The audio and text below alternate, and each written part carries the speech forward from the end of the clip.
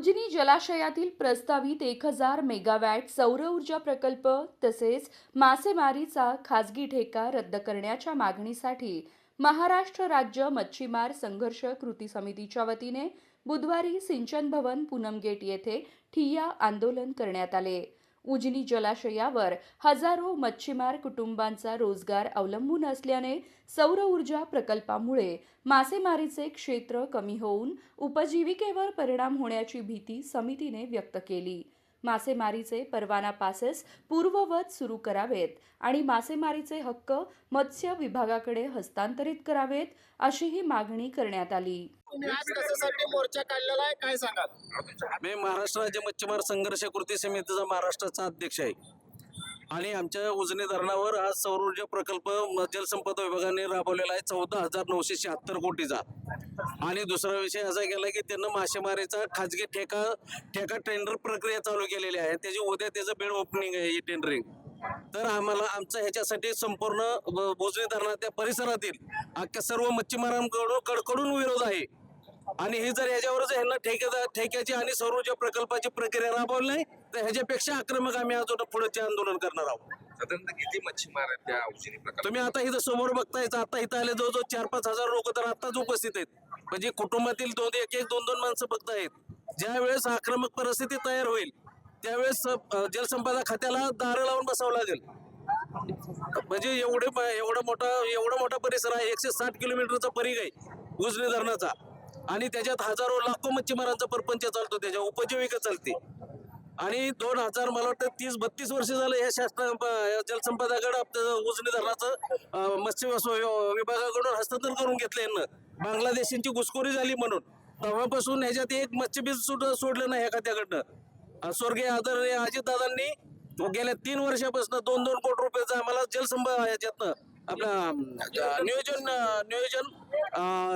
नियोजन समितीमार्फत आम्हाला 2-2 कोटीचा निधी दिला आणि त्याच्यामुळे आता चांगल्या प्रकारे लोकांचा व्यवसाय चाललेला आहे। राज्यात अग्रगण्य समजलं जाणार आहे आमच्या उजनी धरण आहे। ह्याचा मासा परदेशात जातो, अख्ख्या राज्यात ह्याचा मासा पुरवठा केला जातो आणि वेळोवेळी या शासनाचे कारण नसताना मच्छीमारांची पिळू न करण्याचे आणि विशेष म्हणजे जे भूमिपुत्र आहेत लोक आमच्या तिथले जे भूमिपुत्र आहेत ते मासेमारी व्यवसाय करणार आहेत, त्या 80% लोकांना आमच्या तिथं शेतीच नाही, भूमिहीन लोक आहेत ते। आणि मग माशासाठी जर तिथल्या स्थानिक शेतकऱ्यांनी जर मच्छीमारांसाठी पाणी साठ्यासाठी जर जमीन संपादन करून दिली असेल तर बाहेरून येणाऱ्या खाजगी भांडवलदाराला त्याचा उपभोग घेण्यासाठी दिला नाही ना। पाण्यासाठी, इंडस्ट्रियल एरियासाठी आणि शेतीसाठी पाणी पुरवठा करायचं त्यांचं काम आहे। त्यांचं हे खाजगी ठेका काढायचं नाही, त्यासाठी सेपरेट मंत्रालय आहे ना, मत्स्य विभाग आमचा सेपरेट आहे, त्यांच्याकडनं काही काढून हे नितेश राणे साहेबांना त्यांच्या अंडरमध्ये येत नाही। जलसंपदा खात्याकडे हे धरण असल्यामुळे त्यांचा पती मत्स्य व्यवसाय खात्याचे मंत्री आहेत आणि वारंवार आम्ही मागणी केली की मत्स्य विभागाकडे ह्याचं हस्तांतर करा।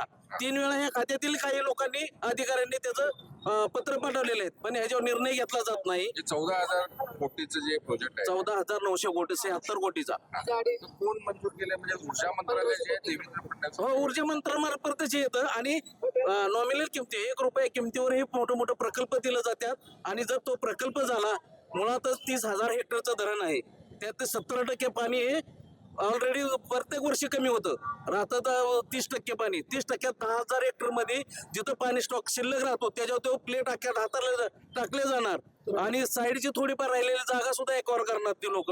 आमच्या मच्छीमारांनी जायचं कुठं, मासेमारी करायची कुठं? त्याच्यामुळे रोडेशन सारख्या गंभीर आजार तयार होतील, कॅन्सर सारखे आजार तयार होतील, पाण्याची गटरगंगा होऊन जाईल आणि रोगराई इतकी पसरल की त्या परिसरात अख्खी दुर्गंधी सुटून जाईल आणि माशाचं उत्पादन होणार नाही, उत्पत्ती नॅचरली माशांची होणार नाही।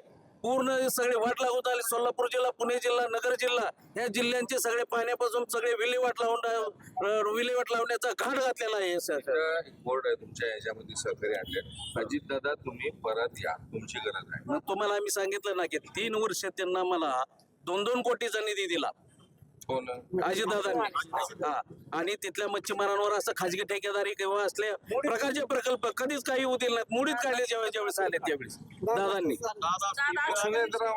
सुनेत्रा वहिनीला निवेदन दिलेलं आहे, त्यांना आम्हाला ह्या प्रक्रियेला वेळ नाही, आम्ही वहिनींना यांना जर ही आता प्रक्रिया रद्द नाही केली तर वहिनींना भेटायला आम्ही मुंबईला जाऊन त्याचा पाठपुरावा करणार आहे।